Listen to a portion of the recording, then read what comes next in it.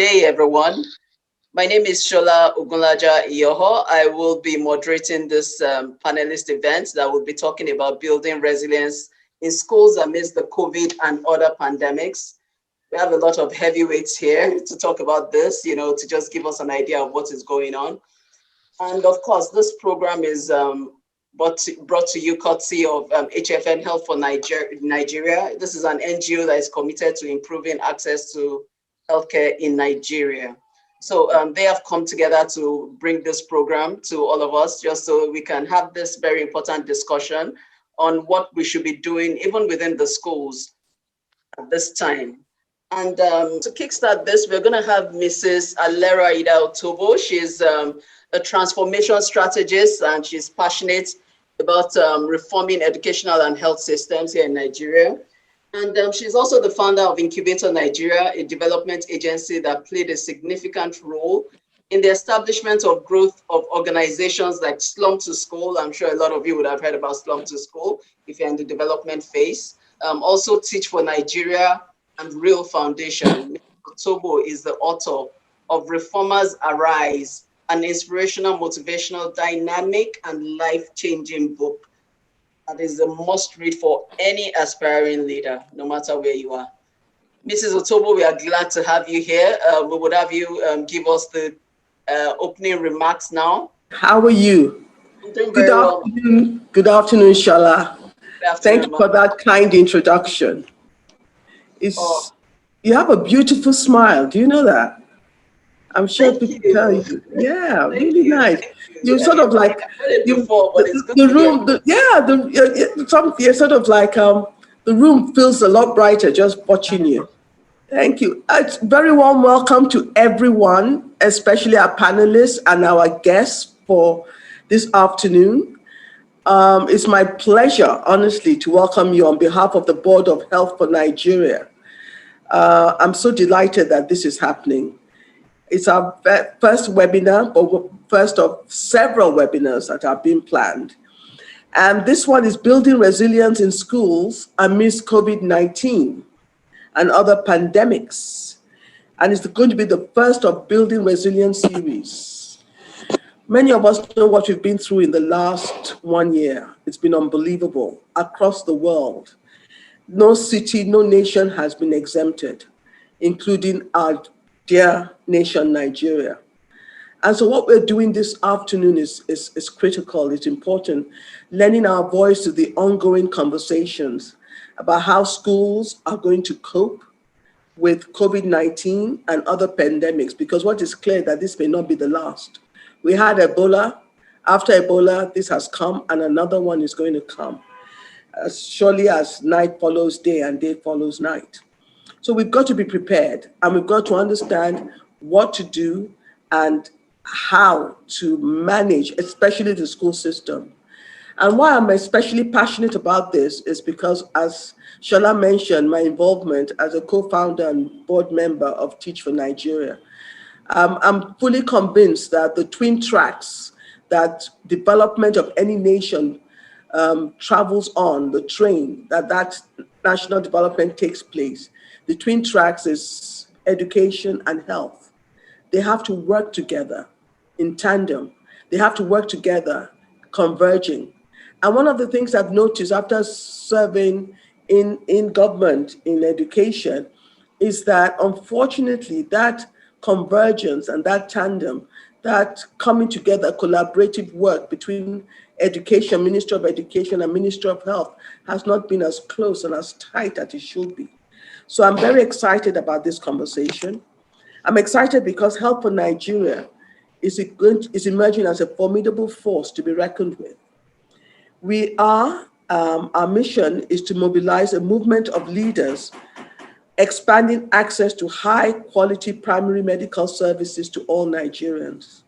Primary healthcare is critical to the development of a nation.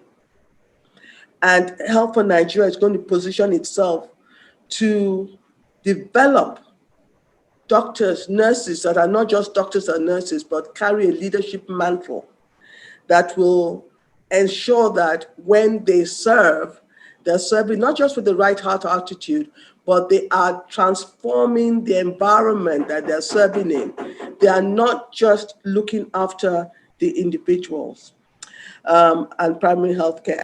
So Help for Nigeria believes that the healthcare sector needs an inspired and well-motivated group of young leaders to canvass and act for excellence in the healthcare standards for Nigeria.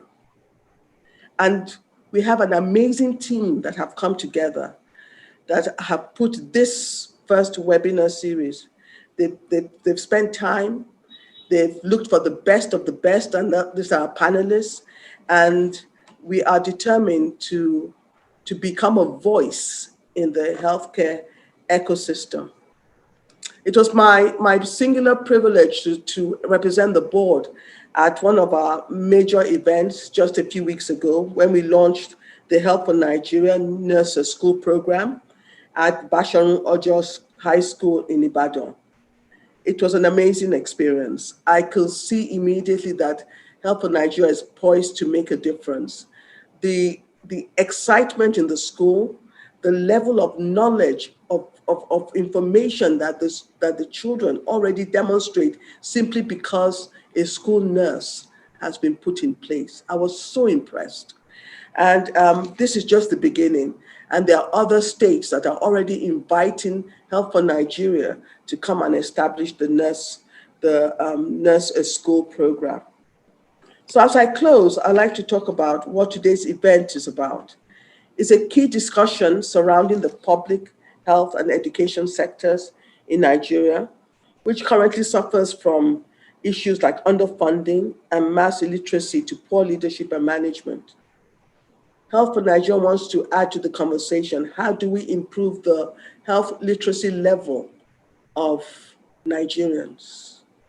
How do we educate them on the importance of the quality of their environment, on sanitation, on the importance of washing, simple things, simple acts like washing hands?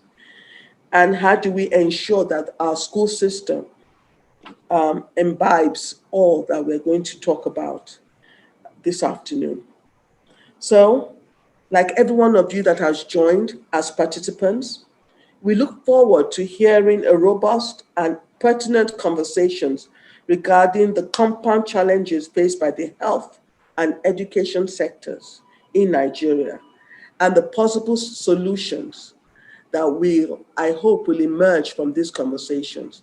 This is the beginning of an important change in the trajectory of conversations, because bringing health and education together, like I said at the very beginning of my opening remarks, is the key to national transformation, is key to national development. An unhealthy child cannot learn. And just at the same time, an illiterate cannot take care of its health. So without saying much more, thank you very much, every single member of the panel. Thank you for accepting our invitation. Thank you to the participants that signed on and are now part of this conversation.